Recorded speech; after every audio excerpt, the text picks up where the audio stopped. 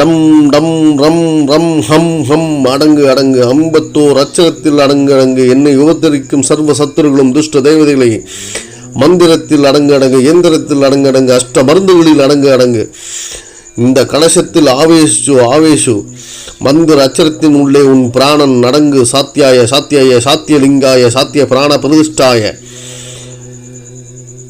என்ன நடக்கணுமோ அதை சொல்லிடுங்க. என்ன நடந்துட்டு இருக்குதோ உங்களுக்கு என்ன சரியானமோ அதையும் சொல்லிடுங்க. எதிரிக்கு என்ன நடக்கணுமோ அதையும் சொல்லிடுங்க.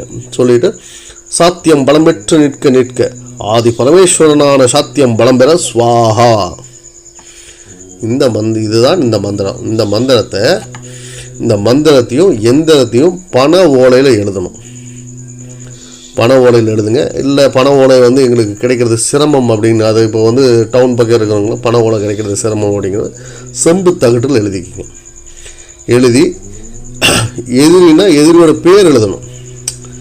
இப்போ உதாரணத்துக்கு அவருடைய பேர் ஏதோ ஒரு பேர் இருக்குதுன்னு வைங்களேன். எனக்கு யாரும் எதிரியாக இருக்கணும், எல்லாம் நண்பர்களாக இருந்தால் போதும். அதனால் மிஸ்டர் எக்ஸ்னு வைங்க. மிஸ்டர் எக்ஸ் ஆன எதிரி அப்படின்னு எழுதிக்கிங்க. சரிங்களா? எதிரி மற்றும் பேரும் அந்த இடத்துல இருக்கணும். எதிரிங்கிற எழுத்தும் இருக்கணும், பேரும் இருக்கணும். சரிங்களா? அது கவனம். அவங்க ஏற்பட்ட தேவதைகள் தொந்தரவு செய்யுது அப்படின்னா அந்த தேவதையோட பேரை சேர்த்து எழுதுங்க.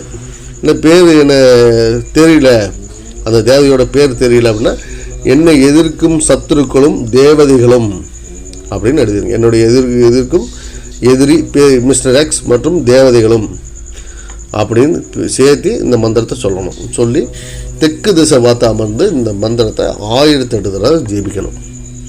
தெற்கு திசை நோக்கி அமர்ந்து 1008 முறை ஜெபிக்கணும். ஜெபிச்சுட்டு இந்த தகட்டை என்ன பண்ணுறோம் அப்படின்னா சின்ன மண் கலசத்துக்கு உள்ளே போட்டு அந்த கலசத்துக்குள்ளே பார்த்திங்கன்னா உப்பு, கடுகு, காந்தாரி மிளகு, வெள்ளைக்கல், வசம்பு,